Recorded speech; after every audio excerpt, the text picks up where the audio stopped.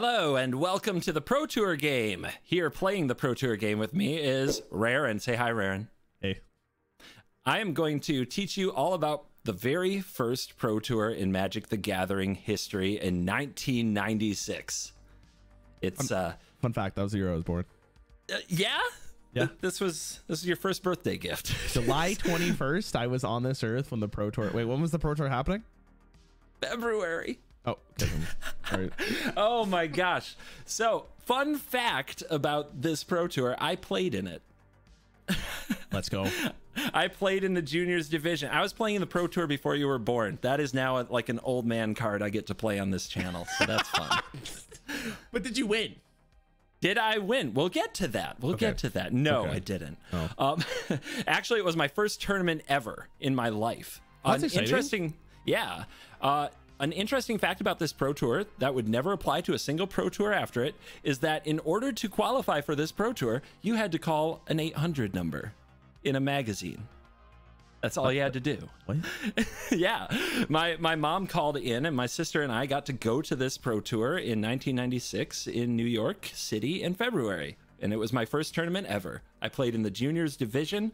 There's also a seniors division. So big kids, little kids playing Magic. That's pretty awesome. I'm going to explain the Pro Tour game to you. Okay. I am going to show you a card, and you are going to try to guess the correct label for the card. And the labels are top 8 card, Brian Kibler card, because Brian Kibler was playing in this tournament as well. And I think that that's a fun way to do it. CGB card. So a card that I played at this Pro Tour. Okay. Or none of the above. I'm just going to write these down real fast. Brian Kibler, CGB, or not played. Yep.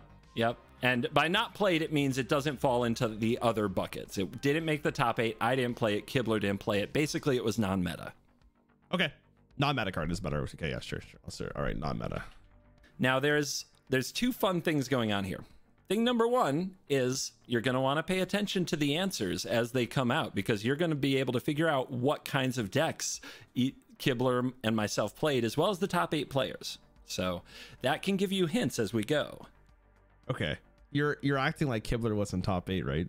It seems like it's mutually exclusive. Oh, right? I think I think it's fine to say Kibler was in the juniors division. What we're calling top 8 is seniors division. The top 8 is the grown-ups.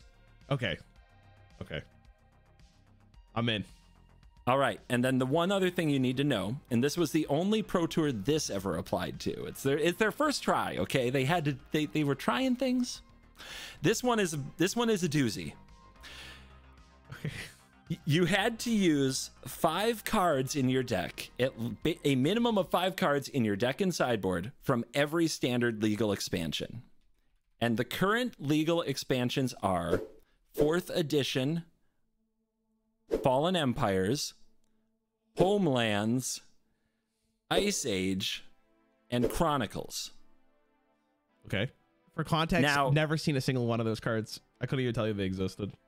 That's right. We haven't covered those sets, so this is all going to be fresh. Let's just say Fallen Empires and Homelands was a stretch of sets that people refer to this day as the sets that almost killed Magic. They were that bad. In terms of like design or power? Power. Okay. They were very, very weak cards, and it led to some very, very bizarre choices for the cards that like made top 8 at this event. It's really funny to me looking back. This is the thing, if you look back at these deck lists as a Magic player, you're going to see things that make no sense to you. A lot of it has to do with this rule that we were forced to play with cards from Homelands, that we were forced to play with cards from Fallen Empires. That's kind of fun, though. It's kind of fun, the fact that they forced you. I like that. It is. Constraints can like make things interesting, right? Yeah, no, special formats develop new metagames and surprise people, because if everyone's playing in the exact same format, that means everyone's on the same playing field, which means it can be really fun. But if you're, playing with better sets and they just absolutely stomp them, then that format sucks. Okay, let's let the nonsense begin. Very first card. Millstone. Wait, haven't I?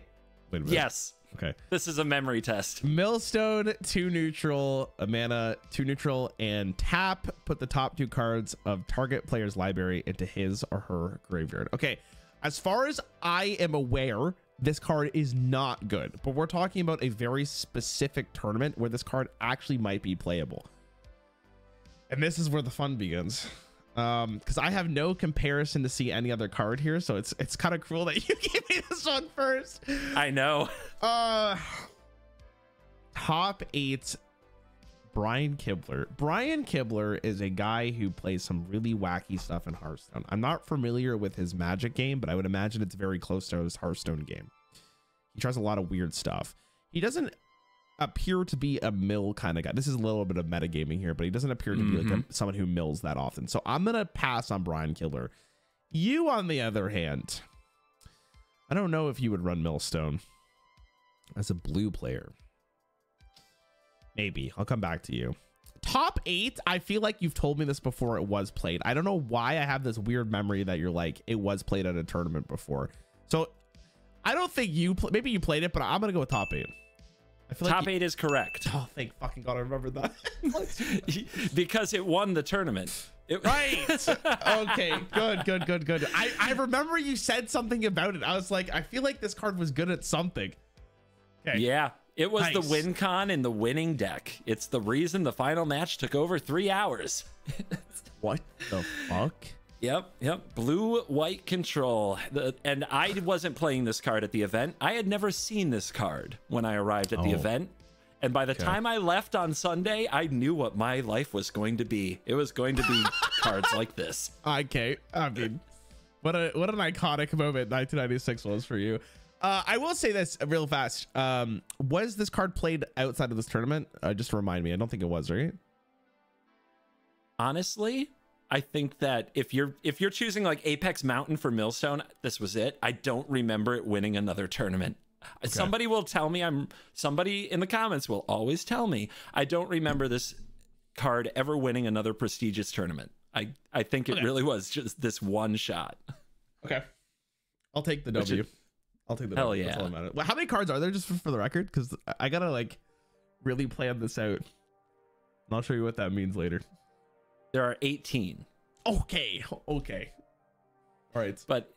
But many of them are there to add context to other cards. It's gonna be fun. That's what I mean. Like I gotta deduce cards and come back and refer to them. That's my plan at least. Okay. All right. Next card. I don't know if that strategy is gonna work. Armageddon.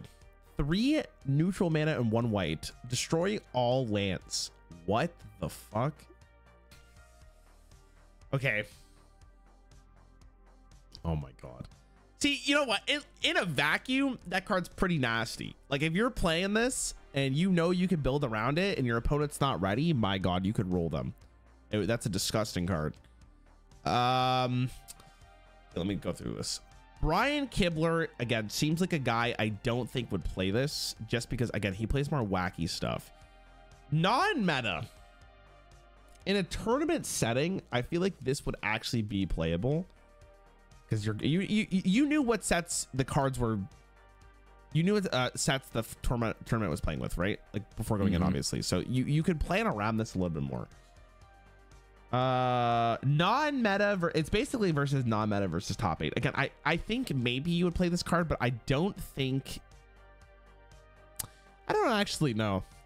Can I ask one personal question real fast? You can ask me questions. Okay, were you a blue player when you went into this tournament?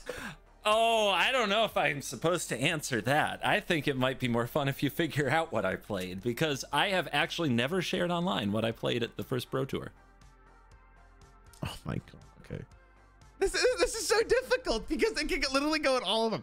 I feel like, okay, it would be a non-meta card in a non-tournament setting. But if you're bringing this card, you are specifically bringing it because you have a strategy that works with this kind of effect. The question actually ends up being, is this a good enough effect that you think you could bring it to a tournament and still win with it?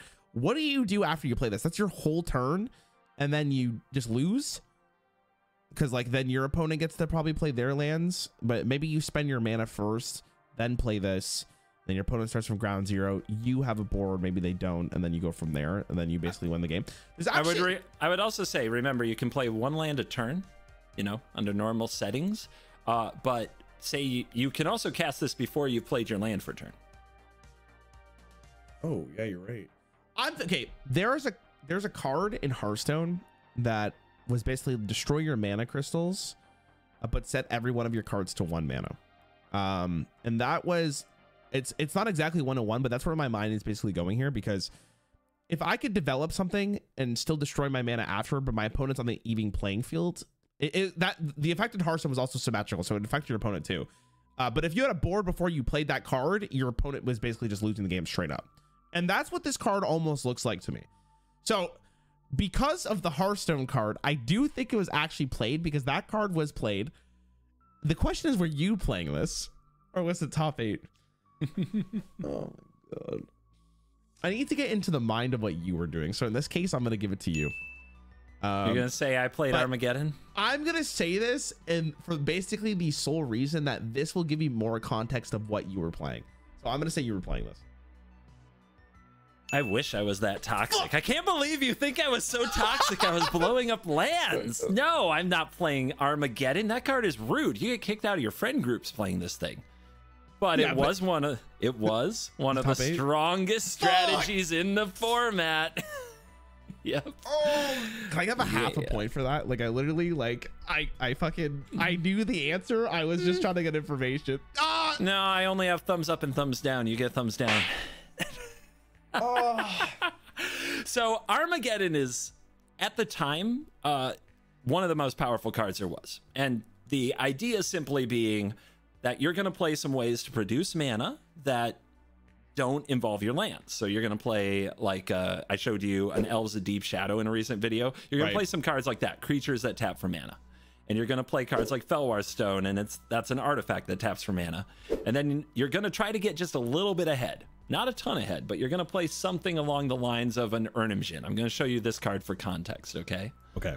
So Urnam Djinn is, at the time, the sets we covered before, this meta is what happened right after those sets, those other sets that we looked at rotated. So all of those early cards I showed you just rotated.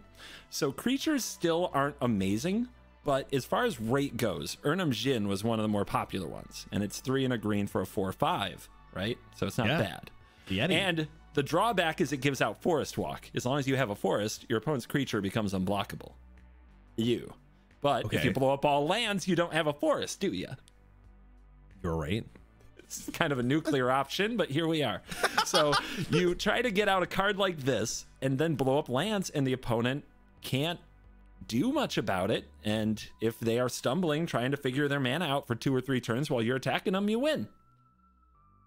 That seems like such a cheesy strategy, but it is. It's so horrible. Yeah, it's terrible. It's but so if a brutal. win's a win. What? Just so I know, do you remember what the prize pool was for juniors and seniors? Or that's a beautiful question. So I do have the seniors. So juniors won. They could win scholarships. Juniors won scholarships. Sick. Okay. Yep, it had to be college scholarships. I think like it was a $15,000 prize pool or something like that. The seniors division got cash, and it was a $30,000 prize pool with first place getting $12,000. Okay. I mean, listen, $12,000 in 1996. I'm fucking playing Armageddon, 100%.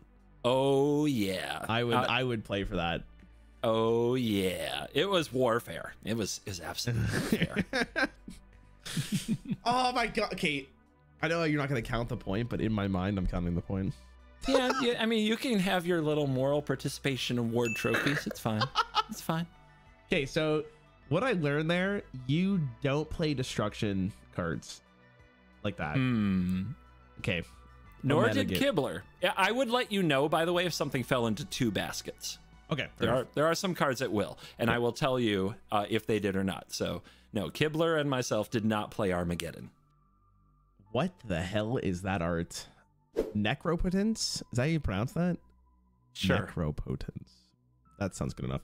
3 black. This is an enchantment. Skip your draw phase. When you discard a card, remove that card from the game. Pay 1 life. Set aside the top card of your library. put that card into your hand at the beginning of your discard phase. Skip your draw phase. Whenever you discard a card, remove that card from the game. Pay 1 life, set aside the top card of your library. Put that card in your hand at the beginning of your discard phase. Okay, I need to clarify one thing about this card. Can I pay 3 life to put 3 cards on the side that I can get in my next discard phase? Yes, you can. Okay, I was gonna say this card's garbage, but like that clarification was like what I needed. Okay, because this is a good card if you can do that. Like that's you're basically paying 3 mana and 3 life to draw 3 cards at the start of your next phase, and it seems like this is what you're going to be doing with it, so you get enough of a card advantage to win the game. The question is, how good is that actually? Okay, let me go through these categories again. Would Brian Kibler play this? Brian Kibler seems like the type of guy that might play this, because who doesn't want to draw cards? You know who really likes to draw cards? You like to draw cards. I really do. So you might actually play this card. You know what? This does seem like a card you would play. But non-meta is also like, this card really could fit into almost all of these, because again, I feel like the card advantage here is so fucking nuts though. Holy shit. If you played this card and someone ran Armageddon against you, like you have a chance to draw more lands than they do, but you can only play 1 land a turn, so it doesn't really matter. But at least you're not top decking lands every turn. Oh my god. I don't think it's Brian Kibler. I'm gonna go with you. This is a card that you would play. Man, I wish you were right. I didn't even know what this card did. I didn't even know. So this is one of the all-timers as either you got it or you didn't, because there was this magazine called Inquest. It was like the Twitch YouTube of its time. All right, it covered card games, and they put a star rating on every single card that came out in the set. This came out in the Ice Age. Necropotence, they gave a 1 star, lowest of the low. Just trash unplayable is what they called it. This card was insane. Okay. Oh my. Dude. This card, and nobody really knew until this tournament. Like it was one of those things where the first time somebody played against you, you're like, what the heck are they doing? But then you always lose because they're always drawing like 5-6 cards ahead of you, and it was gross. The people who got it absolutely got it. This is a top 8 card. Yep. Dude, my analysis was so good too, man. I asked the right question. Oh my god. You did ask the right question. Okay. 100%. You know what I think my problem is? I think and this is no insult to you as a junior in 1996, but I think I know what you're gonna say. Overestimating how good you were at this game. I was terrible. I knew nothing, and that's what you'll see. Shit. Oh my god. I'm exposing myself to a slow, painful roast, and it only gets worse for me. But yeah, I had no idea about Armageddon. I had no idea about Necropotence. I had no idea about Millstone. So what the heck did I play? You'll just have to find out. Okay. So you were bad at this game. Yes. Kibler was probably still good, especially if he was... Okay, never mind. Yes. Okay, I'll give it away. Kibler top 4'd the event in juniors, or top 8'd the event in juniors. Yeah. Okay. All right, it's fine. Putting it into a category is ridiculously hard. I want you to know. It is ridiculously hard. They're so vague. Okay. It should get easier though. That's the name of the game. It's like, it's not about what you do at the beginning. It's about what you learn from it. Right. No, I'm trying to reflect on each card. Mm-hmm. Okay. What is the art on these cards is so crazy from one another. There are 4 arts for this that came out in the same set, by the way. This is my favorite. There's a wolf inside of you. Pin to Turok. I think that's how you say that. Or is it Turash? Whatever. One or the other. 2 black. Target player discards 2 cards at random from his or her hand. If target player does not have enough cards, his or her entire hand is discarded. Yeah, but that goes without saying. Back then we just had to write it carefully. This card's ass. Well, okay. If this was Yu-Gi-Oh, this card goes hard. I think there's a potential with this card because the graveyard matters in Magic, but how likely are you to build off this without knowing the rest of the black pool? It's really difficult to tell whether or not this card was played. But I did see a previous black card, literally the card previous to this, and that card was very good. But you could just draw your cards and discarding it. What would be the benefit of discarding other than putting a card to the graveyard? So you don't discard the card at the start of your hand, but you could just do that anyways. So why would I pay 2 mana for this? No, this has to be bad. No. You did catch where it says target player, right? Oh, I'm blind. Sorry. I did read it. I didn't register. Sorry, I was too busy looking at the wolf. Okay, never mind. Hold on. Target player discards. So you pick your opponent. You pay 2 mana to discard 2 cards. I mean, that's okay. Thank God you said that. Fuck. I think this card is really good. In Hearthstone, I would spend 2 mana to discard 2 cards. Actually, you know what? I'm gonna bring up even a more recent card game. I don't know if you played Lorcana, but there is a couple cards that discard cards in your opponent's hand, and that shit is fucking brutal. Because card draw is not very prominent in Lorcana yet, and that could just win you a game on its own.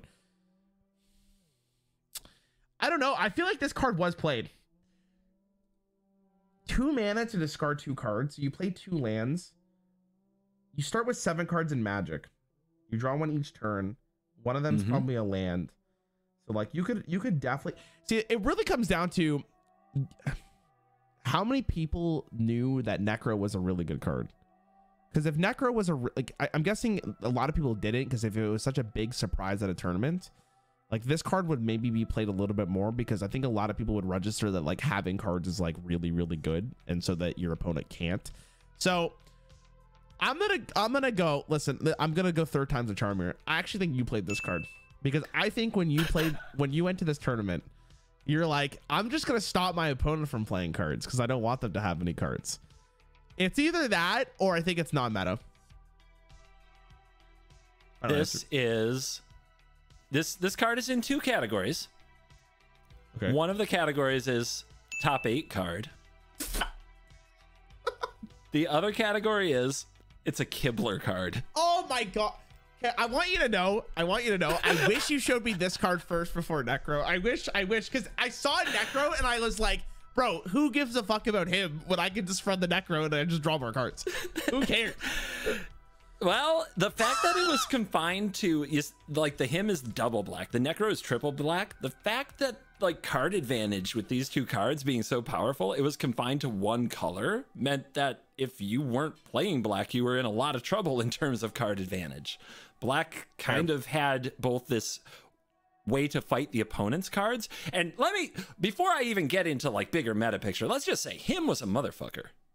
This card, when they played this on turn 2, if you discarded the only 2 lands in your hand and then you didn't play a land for the next 3 turns, it's over. It was game over.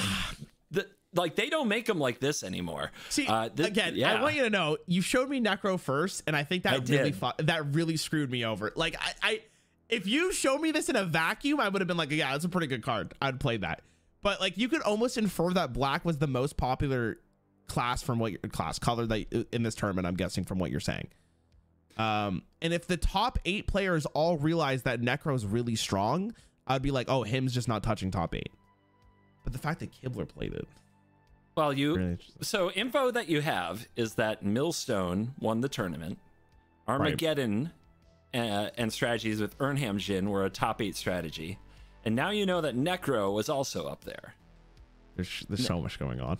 So him also gave you another hint. If you keep your head, don't let it get in your head. Right. It's a Kibler card. Good. It's the first. It's the first Kibler card we've had. Okay. I mean, so Kibler was playing black. For sure. Yeah. That's all. And he was maybe playing this card. Mm-hmm. All right. That's all I got. That's what you got. That's what I got. We're building. Besides, like early on, I'll tell you straight up, I'm trying to give you a peek at the meta. It's going to make everything else more interesting. Here comes. This is one that the comments, at least several people in my comments, have been waiting for you to see. Oh my God, what is that art? That's crazy. Stasis, 1 neutral, 1 blue. Players do not get an untap phase. Pay 1 blue mana during your upkeep or stasis is destroyed. Cards still do not untap until the next untap phase. Oh my god. So you lock people's mana as long as you can pay the cost. But okay, so when you play a land, that card is not tapped until you use it. So then I guess you do get to hoard the mana for like a bigger play if you really need to. Dude, this is a wild card. This is an anti-fun card. But you can definitely utilize this strategy. Because I guess if you're paying 1 blue, you can keep going until you have enough like cards in your hand where you feel comfortable like actually untapping your mana. So if you destroy this card, the next player's turn, they get to untap all of their manas, right? If you destroy this card, the next players gets to untap. So the opponent would untap first. That is correct. Okay. Oh my god, dude. I don't even know how to evaluate this card. That's so weird. In Hearthstone, would this be playable? Can I spend 1 mana, remaining mana, and mana doesn't refresh? How would it even work with this card? It's really difficult to work with this card. And you have to draw lands. And that's not, this might be like a dead card for a lot of matchups. It's like, yeah, you don't untap. Like maybe you get an advantage for like 1 turn, but that advantage has to be pretty strong. I mean, maybe I'm underselling how good that actually is though. Oh man. I'm really leaning towards either it was really powerful or it's just really bad. I don't think there's a really, it's really polarizing, this effect, it feels like. So would this be, okay, seeing what we have, Millstone, Necro, the Hymn, they're all playable top 8 cards. And they all basically do the same idea of card advantage and discarding cards. This is not any one of them. They're just locking lands. I don't think this is that good. So I would have to lean towards non-meta. The question is, did you play this? If I do think this card is bad, there might be a case where it fits into both categories here, you and non-meta. Because like maybe you did really like blue from the very beginning. And I feel like you told me that earlier, that there's cards before this that you really liked in blue. All right, I'll rip it. CGB and non-meta. It is non-meta. Okay. I will give you that one. I did not play it, but I'm gonna give you the thumbsy upsies because I think you're feeling out my spot in this, and it's true. I played some stuff that was shit. You're in the shadows. You're in the fuck. I don't know what you did. I know you don't know yet. I haven't dropped any hints yet. Okay. But no, stasis would go on to someday. Maybe I'll show you some sweet stasis decks. Maybe we'll circle back to this card. But in the first Pro Tour, it was non-meta. It didn't make top 8 at all. And as much as it was one of the nightmares of casual, yeah, none of these decks played it. Okay. It's it was a weird boogeyman in early Magic. Like this has actually been in since the very first set. And I've showed you all those toxic cards, right? Like this was another one that people point to. And there's a lot of bad stories about it. But no, it did not dominate or do anything in this particular Pro Tour. Whew. That's I love the trying to guess 2 at once. You really only have to guess 1. I know, but I feel like this would be maybe a card you would play. That's, for the record, by the way, like Stasis in Hearthstone, like it would be one of the most unfun cards to play with. Oh, it was the most unfun card in Magic. It was an absolute nightmare. I was gonna say, at least Hearthstone has guaranteed mana. You don't even get guaranteed mana in Magic. Like you have to draw your lands. Like it's even more fucking annoying to deal with because you can't, like, I don't know, that's disgusting. I mean, if you had Necro in play, maybe it goes insane. Necro and plus Stasis, like maybe you gotta run out of life though, and you're not doing anything. That's fair. I don't know. You're gonna run out of life. Okay, Hypnotic Spectre, 1 neutral, 2 black. This is flying. It's a 2/2. An opponent damaged by Spectre must discard a card at random from his or her hand. Ignore this effect if opponent has no cards left in hand. So 3 mana to summon a 2/2 that's flying. Damage, opponent damaged by Spectre. That's not minions, right? Like it has to be face.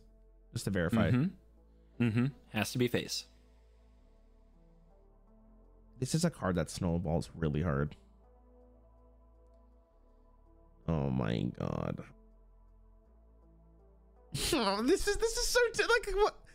Okay, you told me minions weren't really good at this point in time, but this isn't like necessarily a bad minion, because if your goal is to not win the game through stats but card advantage, this card ends up being a lot better. Also, the art is very nice. Was there a this is kind of unrelated, but was there a reason why all the H's that you showed me so far were lowercase? That one I don't have the answer for. That's very strange. Okay, hold on, I'm just scrolling back through the other cards you showed me. Millstone was playable. Knocker was playable. Him was playable. This just adds, like, this gives you more redundancy for that mill package. God, I think it's good. It's so close though. It really is. But I feel like this is a card that can snowball really hard. And even if it gets removed by one card, like, it's fine. It's still 1-to-1, right? But it has the potential to be 2-for-1, maybe even 3-for-1, right? And it's not even a win more card. It just potentially wins you the game. Because I don't know. I guess it's really bad if your opponent has no cards in hand, but I feel like this helps you get to that position. I am going to say this was a Brian Kilber card. There was literally only one thing you could say that would have been wrong. Which is what? Brian Kilber? Non-meta. It's a Kibler card. It is a Kibler card. It also made top 8. Hypnotic Spectre, or Hippie as it was known, was an absolute rock star of the format. And this is the first one that is also a CGB card. Oh, yeah? Okay, at least you had some thought process when you were building your decks. Let's go. Thank you. I'm going to go on record. Best card in my deck, not close. But I did have 4 Hypnotic Spectres because I along with many other people identified that this card is toxic and absolutely oppressive. If they don't answer it and they start losing cards, you're in big trouble. And a lot of the removal spells of the format, what people played in their removal spot, was based around, could it kill a Hypnotic Spectre? Damn. In fact, people are going to be mad if I don't show you this card that was also legal, because it also shaped most of the format. I'm not going to have you evaluate it. I think it's pretty clear. But now that you've seen some of the other cards in the top 8, it's going to make sense. Dark Ritual, one. Okay. just cheat on mana. What the fuck? Yeah, you could play 4 of those in this tournament in your deck. So you could have Hypnotic Spectre on turn 1. Yeah. And then dude, there is literally a play pattern almost 1-to-1 exact in Hearthstone, almost. But rather than milling, you just roll them with damage. You know what? If I ever, maybe I'll do this video against you. I'll just do Hearthstone tournaments. I'm gonna keep it hidden. I'll keep it hidden for now, just in case I want to throw it up. Okay, I agree. You should save it. But yeah, Dark Ritual. Now that you've seen that, like, black decks also just cheated on mana. Yeah. Mana cheating is really good. So it sure is. It sure is. I can't believe this card was legal for any period of time, but definitely as a 4 of in a tournament setting. Oh my god. All right, so that one had 3 correct answers. Hope you're keeping track at home. It was a CGB card, a Kibler card, and a top 8 card. Hope you're keeping this card. I'm gonna tell you only has 1 correct answer. Okay. Abyssal Spectre, 2 neutral, 2 black. Flying. When this damages any player, that player chooses and discards a card from his or her hand. Ignore this ability if the player has no cards in hand. It's a 2/3. Okay. This card is significantly worse than the previous card. Why would I want my opponent to choose the card when I could just do it at random? Also, I guess I should ask this question. How did you guys randomly decide what card? That is a really good question, because I could go on a rant about little Danny. See, the way it was commonly done is that you fanned out the cards in your hand and your opponent grabbed one and you discarded it. Okay. You know, Okay. with the obviously with the card backs facing the opponent. So here's the rant part. We weren't even allowed to have sleeves at this Pro Tour. Nowadays, you put your cards in sleeves. You could not have sleeves back then. Yeah, so you got grimy people touching your cards. Not just that, but, and I didn't actually, I was slow on this. Like, maybe a year later, I'm playing in a tournament, and I have a card in hand, in a 7-card hand that I just tutored for, and it's the card that's going to win me the game, and the opponent hits me with a Hypnotic Spectre, and I shuffle my hand, and I fan it out, and the opponent grabs exactly that card. And I was like, what the hell? That's so lucky. He goes, just always pick the most worn out card. That's actually really smart. Oh, it hurts so bad. Yeah, I am still salty. And somebody else comes, that's why you should just roll a dice instead. And I'm like, okay, I'm dumb for 2 reasons. 1, my best card is the most worn out card. And 2, I could have always just been rolling a dice. What the hell was I doing? The dice is not bad. The dice is not bad. It cost me a tournament, bro. That's fucked. That's actually fucked. I'm so sorry for your loss. That's crazy. You know, the first prize of that tournament was a Mox Emerald, which I showed you a Mox Emerald, like $3,000 today. Yeah. No, it's tough. I'm so sorry. That's actually brutal. When did they instate the rule that you could use protective sleeves? I am not sure when exactly that happened. I can't remember like exactly where it came in. It came in pretty fast. Okay. Well, on the topic of Abyssal Spectre here, I think this card is significantly worse than the other Spectre you showed me. Like, I don't think I really want to spend 1 more mana for my opponent to pick a card for 1 extra life. So why would I run this card when I could just run Spectre? I feel like most people fell into that thought process, which makes this card not meta. Not meta? Yeah. Okay. I was interested to see what you'd say about this card. This is a Kibler card.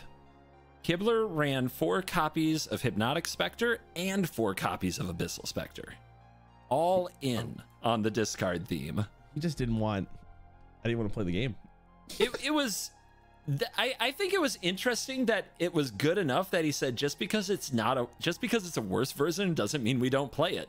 Like, but he was the only person. It only falls into his category. I didn't play it. The top 8 of the Masters division didn't play it, but he played 4 of them. Okay, I mean, so he was playing it for redundancy reasons, I guess, like for his game plan. That'd be the only logic I could think of. It really seems so. I remember the first time I saw it, I was like, why would you have this when you already have that? Also, and the person who designed this card, like, what the fuck were they doing? Like was Spectre already in the game? Like, there's no way there's no way you're, sorry, not Spectre. Hypnotic, sorry. Was Hypnotic already in the game? So that was in the game from the beginning. Yep. Somebody got paid for this. They're like, let's make a worse version of a card, even though this card's already in the game. Like, what? Okay, sorry. That was my rant. I mean, yeah, I'm sure people who opened Abyssal Spectre in their Ice Age pack felt the same way. Like, why am I getting this piece of junk when I have Hypnotic Spectre? I wonder, I wish there was like VODs to see, but I wonder how impactful this card really was. Like, was Kibler happy to play it? We'll never know. So, I mean, I don't think I'll show you a tournament right after this rotation. Hypnotic Spectre was so defining that when they cut it and didn't reprint it in 5th edition, but Abyssal Spectre was still around, Abyssal Spectre still did see competitive play. Okay, fair enough. Like, the effect was threatening and good enough in early Magic that people still played it. Okay, yeah, fair enough. I'm just more surprised in this format that it's all play, but I guess Kibler would be the guy to actually run it. So the next one, we've definitely had some black cards here. This might be the blackest card I've shown you. Bad Moon. 1 neutral, 1 black. All black creatures get +1/+1. Okay. As far as I understand, minions weren't great. Why would I run this card when I could just stop my opponent from playing cards? Is basically where this format is headed to. So in the metagame of this tournament, this card is bad. I don't even think I really have to give analysis on that. That being said, that leaves 2 options, right? Yeah, now I'm thinking about whether or not you played this. So you played Hypnotic Spectre. You don't think Kibler would play this? Me? No, I don't think Kibler's playing this. I think Kibler, when he was making his decks, understood what his win condition was, and that's what he built towards. You, on the other hand, you saw Spectre and you said, God, that card looks good. You know what would be even better? If I give it +1/+1. Because the stats is what makes that card so good. And its value, potentially. Yeah, I think you play this card. You think so little of me. Or it's not. Wait, come on. What? Yeah, I played this card. I played 4 of this card. Oh my God. Yes, you're right. I was like, what if my Spectre was just bigger? Do you know what the crime of this card really is? What's that? You know the embarrassing part? Well, I'll do it with a story. My very first round, I sit down and my opponent goes, I'm on the play. I play like a swamp. My opponent plays Dark Ritual Hypnotic Spectre, like you do. Okay. Like they're supposed to. And I turn 2, play Bad Moon. And my opponent goes, thank you. My Hypnotic Spectre is a 3/3. Oh, yeah, it's a symmetrical aura.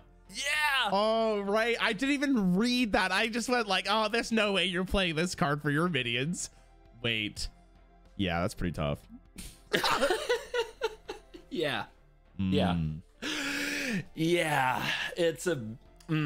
I live every day with that being my first sequence at a pro tour. Every day I live with that. And I'm still here. Thank you. Listen, you were young and foolish. I was. You're young and foolish. I'd like to say it wasn't my fault, but I did in fact build my deck. I will say, like, I feel like when I read this card, right, I didn't even realize that it was symmetrical. So maybe you thought the same thing. You're like, oh, like buffing my cards to +1/+1. Because why would you put a card like this in your deck? I'm not gonna say this. I'm not gonna continue. You did great, dude. Congrats. Thank you. Thank you so much. What can I say? It's like what if my black creatures were bigger? What if they were stronger? I respect that. Oh my goodness. All right. You now have hints of my deck. You have hints from Kibler's deck, and you have hints from the top 4. Okay. It's time to cook. You ready? Time to cook. Okay. I feel like that pressure just got higher. Fountain of Youth. 0 mana. 2 neutral and tap. Gain 1 life. 2 neutral mana, and then you tap this to gain 1 life. And you could do this every single turn. You have to run it in your deck.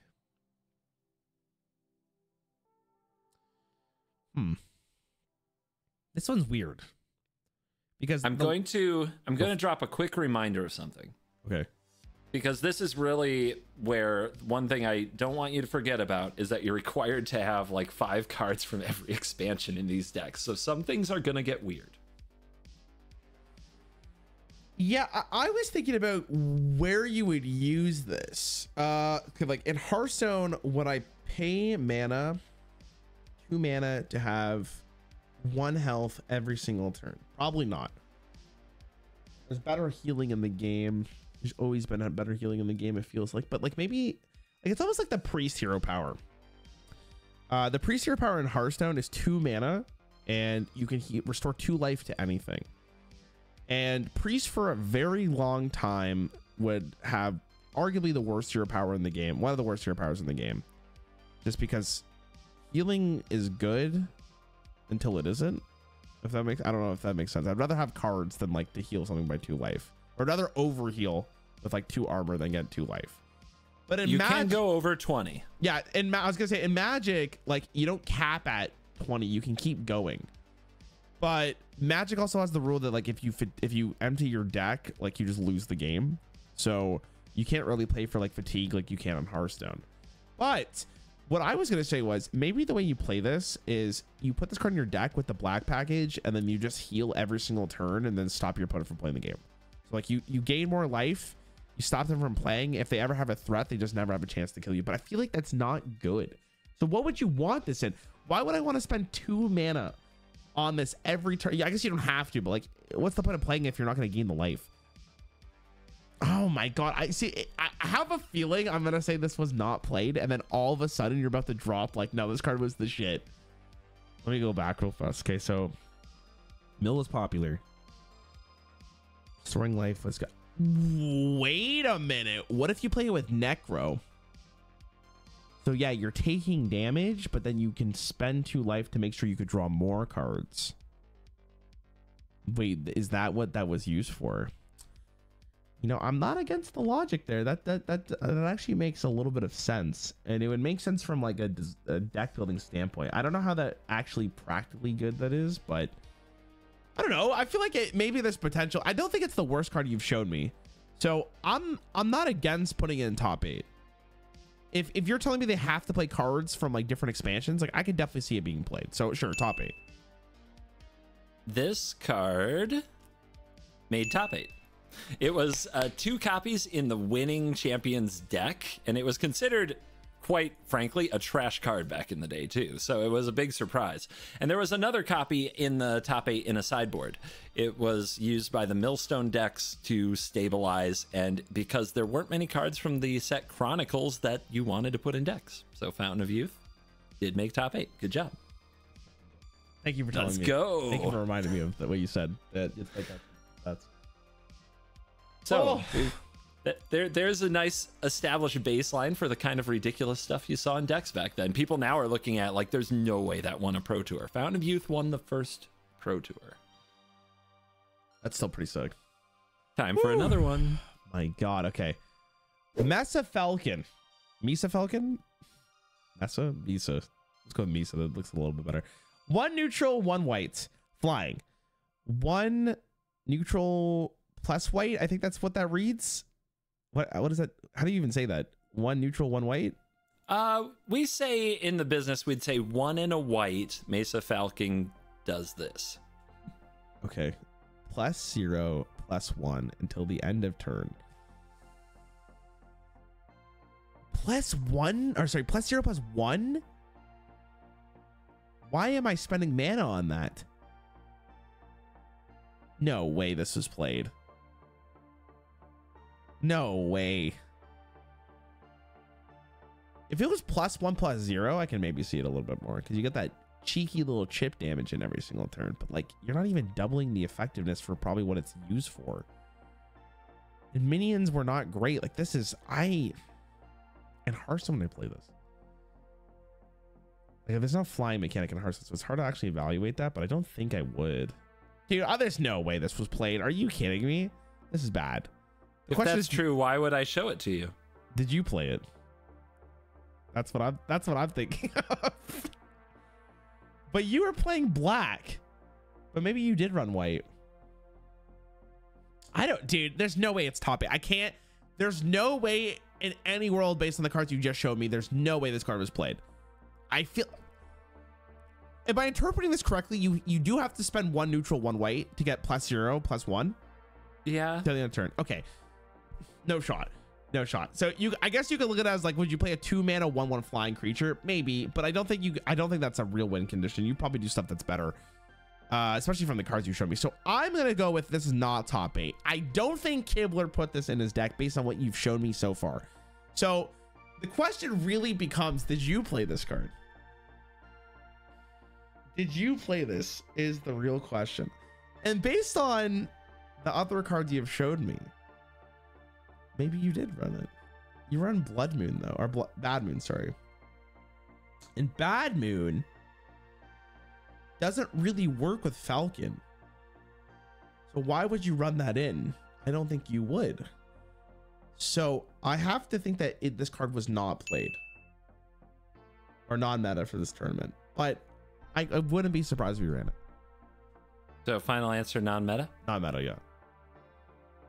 The biggest hint I dropped was that I said, as we were getting into this, that I have never revealed the deck I played at Pro Tour 1 on the internet. Yeah. And this is why. Because I couldn't find a good Homelands card to put in a deck. And this is the first card you've seen from Homelands. And I had 4 copies of this stupid little butt-pumping bird in my deck. So you were doing black and white? I was playing black and white, all flying. And I had 4 copies of Mesa Falcon in a deck that also had 4 Blood Moons. And I appreciate that you don't think I'm that bad, but that's how bad I was. Again, this is more like metagame with you, but because you show me Bad Moon, like I would think to myself that when you were building your deck, you thought like, okay, why would I put a white creature in my deck if I want to buff my black ones? So that's where I didn't lean towards that you played this. So this is where I get to tell you, I also included an enchantment that gave all white creatures +1/+1 as well. The missing puzzle piece finally comes. I get it. It was so bad.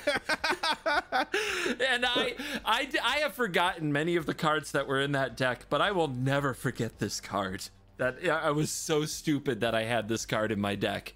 Oh my god. It's like this badge of shame.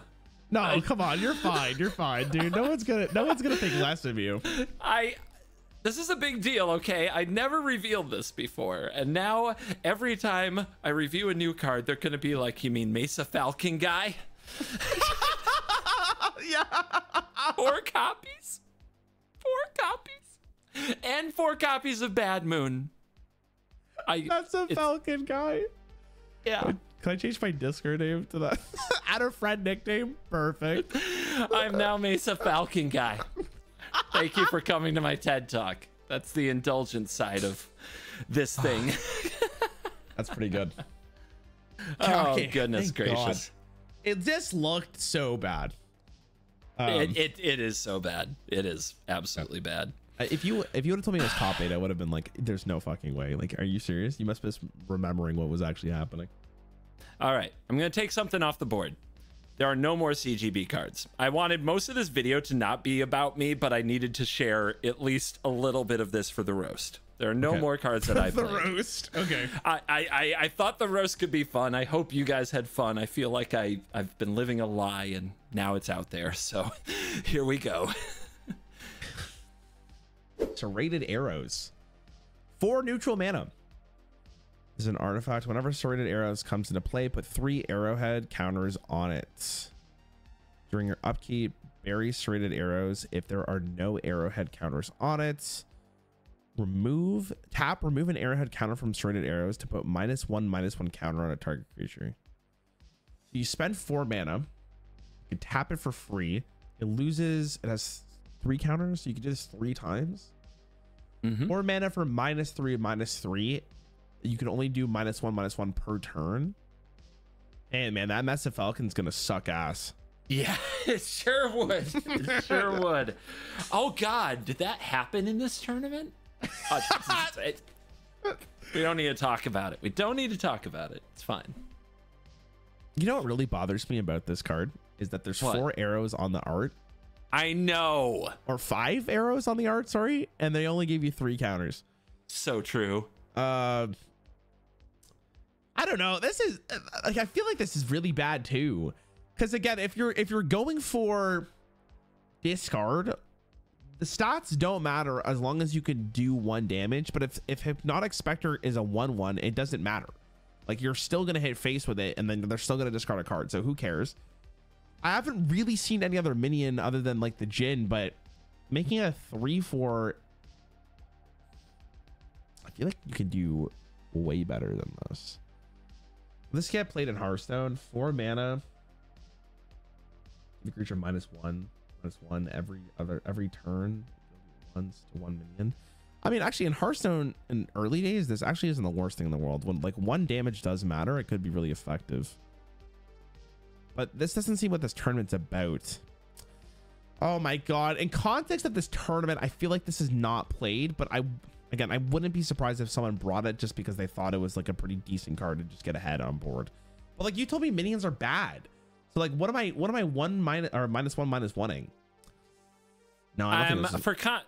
Oh, go for it. You're gonna finish? No, I was gonna offer for context. There are a number of minions I'm not showing. I haven't shown you. Like, I haven't shown you all the minions in the format, but there were definitely like X1s.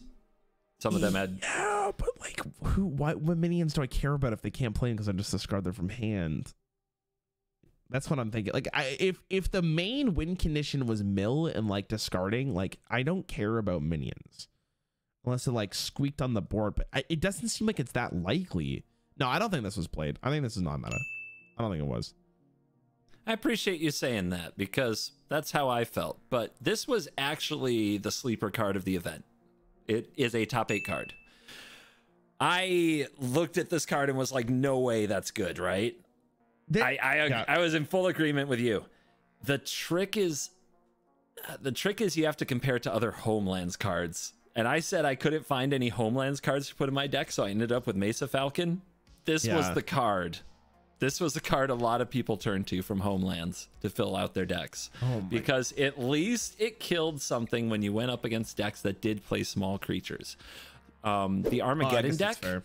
Yeah, the deck that Armageddon's, it would run elves. Those are 1-mana 1/1s that tap for mana. This could pick off the elves. Against the Hypnotic Spectre decks, they played 2-mana 2/1s that had like protection from white. There were a number of knights that did something like that.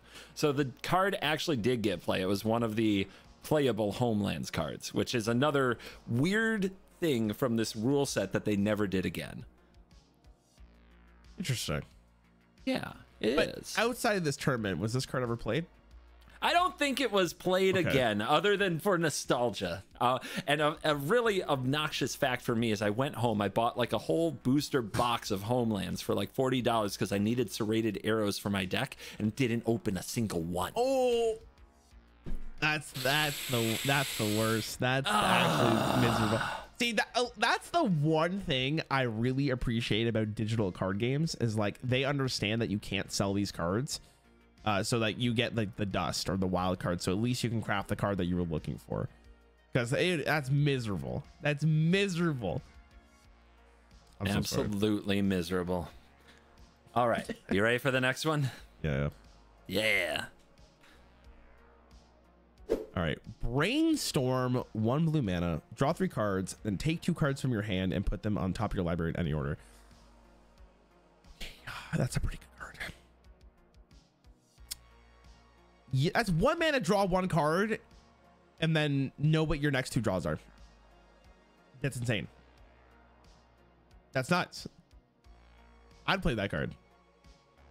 I'd play that card in Hearthstone. I'm pretty sure there was a card like this in Hearthstone. I feel like there's a card I also recently played in Magic when I played it that did the exact same thing, and I was really happy about it. I think this card is great. Top 8. I don't think I have to really analyze this. 1 mana to draw 1 card I feel like is pretty average for what it was in older Magic, but then you also get to know your next 2 cards. I'm in.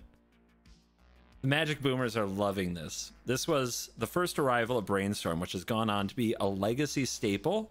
It's an absolute rock star in so many formats. It gets played almost everywhere it is. It had to be like banned in Historic recently on Arena because it was too good. And 0 copies were played in the top 8. So I'm going to give you credit. You're getting the thumbs up regardless because your analysis is right. This card might be one of the best things shown you. One of the interesting facts is it was legal for this event and it wasn't played. It didn't make top 8 at all. Nobody knew. Nobody knew. Look, okay, I'm shocked, but again, like we've talked about this before, like card game knowledge has really gotten a lot better over these years. This is the early days of like the first original like CGG game. But man, like I'm actually baffled no one understood how good this card is. Okay. But by summer, this card was like everywhere. By summer, people figured it out. By the time you were born, people started using Brainstorm correctly. But it is wild to me, and this is one of the fun things to look back at old tournaments, to see the cards they could have played but didn't. And people figured out like Necro, and they were putting in serrated arrows, but Brainstorm? They didn't figure out Brainstorm. And there's going to be, the comments are going to say, well, you didn't show him fetch lands. Basically, lands eventually got printed that you can sacrifice to shuffle your library and get a land from your library. So what's known as the perfect Brainstorm is when you cast Brainstorm, you draw 3 fresh, beautiful golden cards, and you put 2 pieces of crap on top that you don't need, like too many lands or something, or a spell that's not relevant. And then you shuffle them away by using a shuffle effect. Yeah. And, yeah. This is perfect Brainstorm. like there's a mechanic that they added to Hearthstone that was called Drudge, which was you could look at the bottom 3 cards of your deck and put one of them on top of it. That card was like, that was a pretty good mechanic. Just like knowing what your next draw was. Knowing your next 3 draws is very good. Like that's nuts. And you draw a card. So like Okay, I'm actually baffled people that I am too, especially when you think about Hymn to Torok, right? Like, and Hypnotic Spectre, they're making you discard at random. The thing people figured out eventually about Brainstorm is you can hide your best cards on top of your deck so that they can't get hit. Yeah, and then you could use it the turn you actually have the mana for it or something. Yeah, it's an instant. So the opponent can go, I cast him, target you, and you're like, I Brainstorm and I hide my 2 best cards. It's genius. Yeah, it's awesome. This card's amazing. I didn't play it. Nobody in the top 8 played it. Like, wow. Just wow. Just wow. Okay. Death Grip. Oh my god, that art. 2 black. 2 black. Counter a green spell as it's being cast. This ability is played as an interrupt and does not affect green cards already in play. Very specific. So you would play this card if you thought that green was going to be really played. And knowing ramp, like I feel like ramping is just like they had ramp back in green, right? Like these times or no? Yeah. They had like the elf card, which I guess is like basically ramp. So when you say green spell, does that also count as a creature? It does. Oh my god. I mean, okay. In ladder, like if you're just playing this like at locals or something, I feel like this is very, very like whatever you put actually, I don't know. You put this in your sideboard. You're like, oh yeah, my opponent's going to be green or whatever. You just rip it out. No, this is good. I actually think Kibler played this for sure. And I would argue that this is top 8 because Kibler was top 8.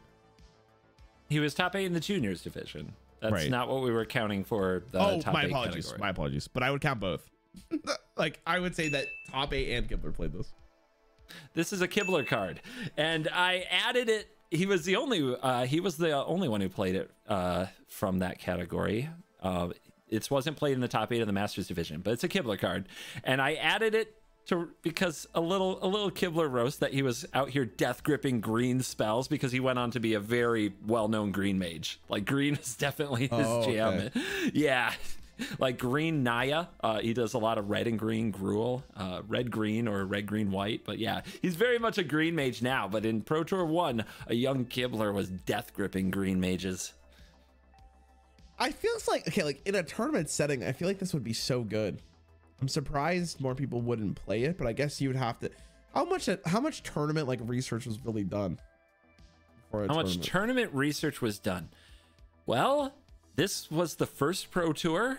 There were some magazines like Inquest and The Duelist that would sometimes publish little blurbs about what did well in a tournament 2 or 3 months ago, so when they went to print. And the internet had a website called The Dojo where you could read tournament reports that people self-wrote and sent in after they played a tournament somewhere. That's what you had.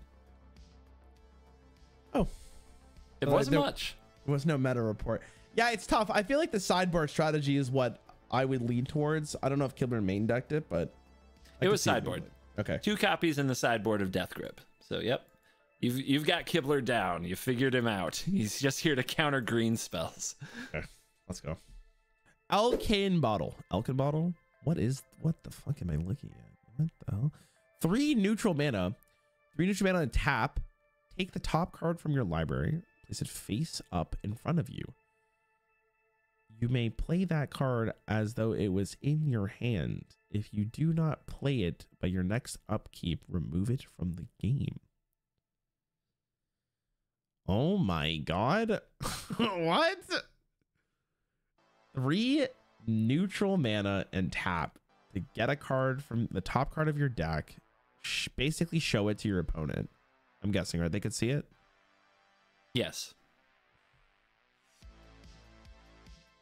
You don't play it, is removed from the game. I literally couldn't tell you that this card was good or bad. This is such a weird ass card. How much mana would you need for this to be played? Like you have to play this for 3, and then you have to spend 3 more when you want to do this. Let's take the top card of your dog. If you played a land and then you use this card and you drew another land, could I play that land?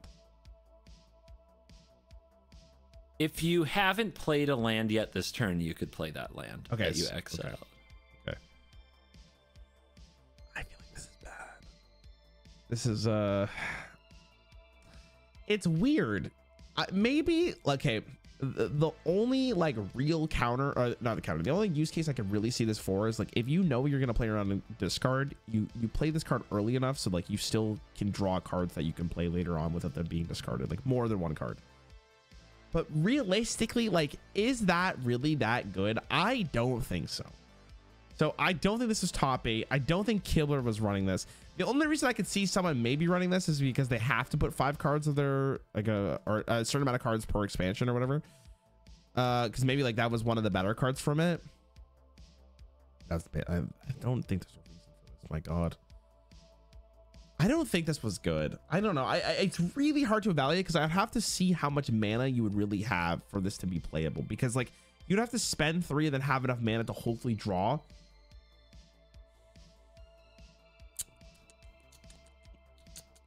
No, I don't think this was good. I can't justify it. You can't justify it? I can't think of a reason. Like it is virtually impossible for me to tell you how much mana someone would have. So I can't see like how much mana do you want for this? 7? Maybe 5? Like it depends on the curve as well. Like there's so many questions to be had, but also like why would I run this when I could just run Necro? So I think it's bad. But I'm gonna give you full credit. It's just really funny to me. This is primarily here for I'm gonna tell you, Inquest magazine, you know, the source of all magic knowledge, the one who gave Necropotence notably 1 star out of 5, rated this as the worst card in the set Ice Age. It was listed as in their opinion the worst card. So reigning US national champion Mark Justice, that's really the name, Mark Justice, played a deck at the Pro Tour, at this Pro Tour, called Elkin Bottle Challenge. He put Elkin Bottle in a red-white, like, prison control deck. Okay. Just to try to shit on Inquest, because he didn't think they knew anything. Oh my God.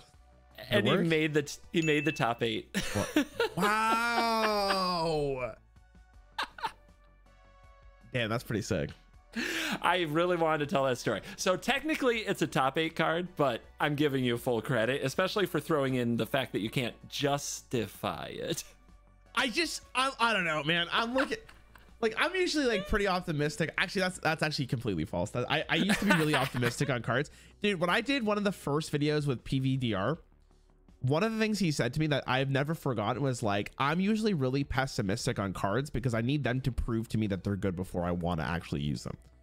And I look at this card and I literally can't prove to myself that this card's worth running. So that's the logic I have going in rating cards. And yeah, this card I just can't see it ever. I mean, I'm going to say it wasn't the worst card in Ice Age. Inquest was wrong about that. Like that was shit posting, because at least in a world where you have mana, it gets you card advantage. There was an 11 mana 11/11 trample that entered the battlefield tapped and made you sack lands. Like that obviously that's not good. That's sick. God damn. All right. That's really bad. Yeah. It wasn't the worst card in Ice Age, but it's just kind of funny that somebody in the very first Pro Tour would like basically do that to troll the magazine. Right. That's really funny. Okay, let's try to pronounce this. Yokel hops? One of those. 4 mana, 2 red. This is the first red card, I believe. Yeah, first red card. Oh my God, we've done so many cards. I have to scroll for so long. Okay. Destroy all artifacts, creatures, and lands. They cannot be regenerated. I'm guessing that just means they're exiled, right? They just exile is a different term where they can never come back. They go to the graveyard. You can't stop them from going to the graveyard. Oh, okay. Destroy all artifacts, creatures, and lands. Damn, this is so it's just like wipe the game. Start again. Boom. Yeah. I mean, again, it's like it's so tough you showed me what is in the top 8. Mm-hmm. So how would this be playable? I mean, maybe it is playable. You get enough mana to where you like top deck this card maybe, and then you reverse sweep them after this. I don't know. I think this is bad. I'm gonna try to justify this in some way. What's your win condition after this? Hoping that your opponent DCs in real life? Like, I don't understand. Try it in a game of Commander and see what happens. I mean, okay, Commander is crazy. Like that guy's a serial killer. Oh my god, that's crazy. In a tournament setting, you would have to have a win condition post this, and I literally don't know what the win condition would be. If I'm thinking from Hearthstone, it would be like, I'm playing this because I have death rattles on board that I want to kill, and it'll give me enough tempo to like win the game afterwards, because we're starting the game again, but at least have a board. But like, nothing you showed me in this so far makes me believe that anyone was running a strategy like this. So the only logical thing I could think of is like, you play this card to top deck it, and then you reset the game, and your opponent has drawn enough of the early game that maybe you can come back, but then you're starting all over again. So like, I think this is horrible, and I'm gonna say it was non-meta. You are right. You are correct. Okay. Yep, you got it. Okay. This one, it was too expensive, and you're right. You couldn't keep a board afterwards. And the thing about Armageddon was you got to keep your creatures when you set it up right. You cripple your opponent's ability to react to them and beat them down over a few turns. This just didn't let you keep anything, so it was not good. So yeah, good analysis. Okay. This did get cast on little me up there in the junior division. And that's why the rounds back then were 2 hours each.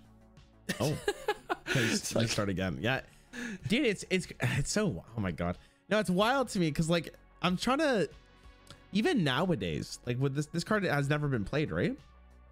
I don't know if it ever had tournament success, but it was definitely a card that a lot of people tried to make work. They tried to make work. Yeah, okay. Yeah. It's the impact is so powerful. Like, you just want it. It's a heavy hitter for sure. Sure. Okay. Woo. I like how I'm trying to justify debate myself to think it's a good card. Jester's Cap. Look at this art. God damn. 4 neutral mana artifact, 2 neutral tap. Sacrifice this card to look through target player's library and remove any 3 of those cards from the game. Oh my god. Okay. Here's the thing. Can I ask you one question? I don't know if you're allowed to answer this question, but I'm gonna ask you. We'll see. Was there any decks, even before this tournament, where if I got rid of a very specific card, you just lost?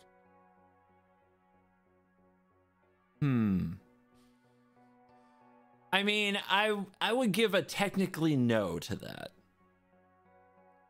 Okay, so this is my logic for this card. You put it in your sideboard, and then you add it into your main deck when you feel like you need to get rid of a card that either A, just destroys your deck, or B, you can just destroy your opponent's win condition. Like, if this is Hearthstone and you gave me this card, this is, I would put this in almost every single control deck ever. Like, this is disgusting. To pick 3 cards, also look through my opponent's deck just to see what they're running. Like, that's crazy. The question is, was this actually playable? It's a pretty slow effect. 4 mana, and then you have to do this. You also have to like not be dying. Like, if you're behind, like, this is nothing, because you're just gonna lose the game. You spent your whole turn doing this, and that makes me believe that this is bad. But it also makes me believe that this is something I think Kibler would run, based on what you've shown me already. Like, if he was really trying to like fuck with people, like, this is the type of shit you would run.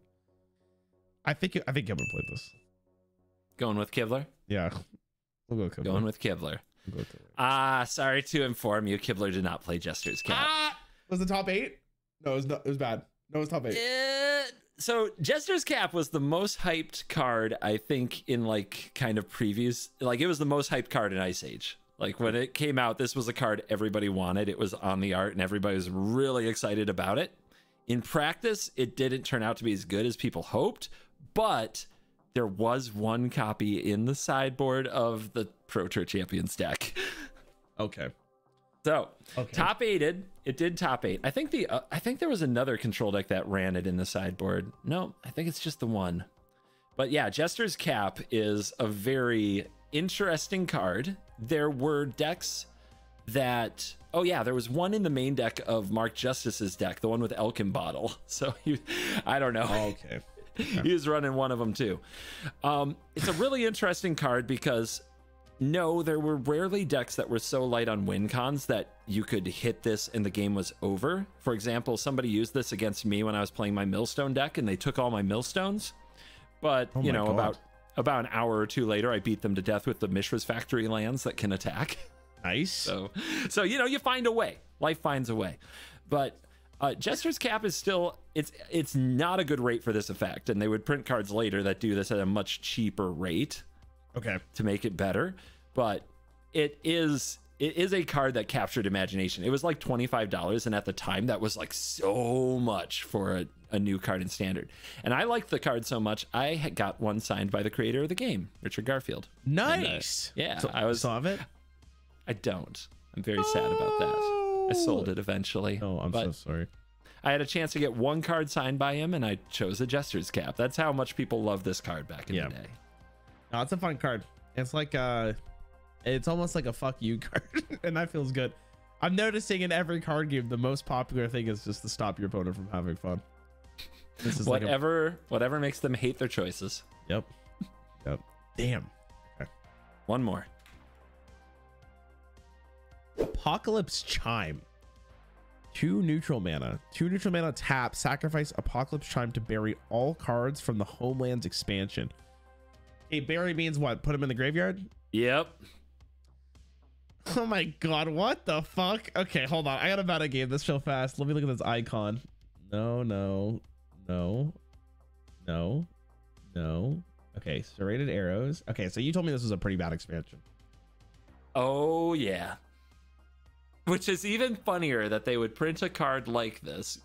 I showed you City in a Bottle a while back. They printed a card like this that just hoses cards from the expansion, and the expansion is notoriously bad. Yeah, but like, okay, did people know it was bad going into this? I don't know, did they? Okay. What do you think from what we've learned? Okay. Also, you know, they had to play it. It's not like they could just not play it.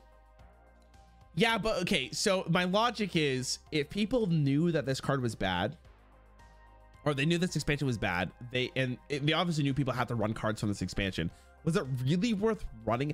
I mean, okay, hold on a second. If you had to run Homeland cards anyways, why don't you just run a card that destroys other Homeland cards? But they have to be on board, right? Right. But you just leave it there. You just let it sit there. And you let it simmer until like you really needed it. Right? Maybe even if you hit one card, like, yeah, 2 mana and tap this and you destroy a card. Maybe they spent 4 mana on it. There's actually, you know, from the Homeland cards you've showed me, this actually does have a use case for it. And you know, going into this tournament that people have to run cards from the set, which makes me think that this card was actually played. So I don't know if it's non-meta. I could see Kilber running this. I feel like the last card was going to be a Kilber one. So I'm going to go Kilber. I feel like he ran this. This is a Kibler card. Nice job. I very impressive analysis, because I think most people have gotten to the point where like those cards suck though. So why would I play this? But you're right. They had to run them. So you can just put this out and wait. It was also a top 8 card. The only thing that would have gotten you no points is if you had said that it was unplayable. So okay. Well played. Well played. Thank you. Let's go. I actually feel like I did pretty good. That was actually that was actually really enjoyable, because it's like a storyline through all these cards and they all come together. That was fun. And now you have an idea about the meta for the very first Pro Tour. So I feel like there is that. I feel like a lot of people are about to get the meta for the first Pro Tour. It wasn't Mesa Falcon. It really wasn't. It wasn't messing, dude. That's my goat. If I ever see you in real life, I'm gonna get one of these. Or again, if I ever see you again in real life, I'm gonna buy one of these so you can sign it. Thank you for watching this video. As always, I'll see you in the next one. Your Mesa Falcon signing off. You're cool.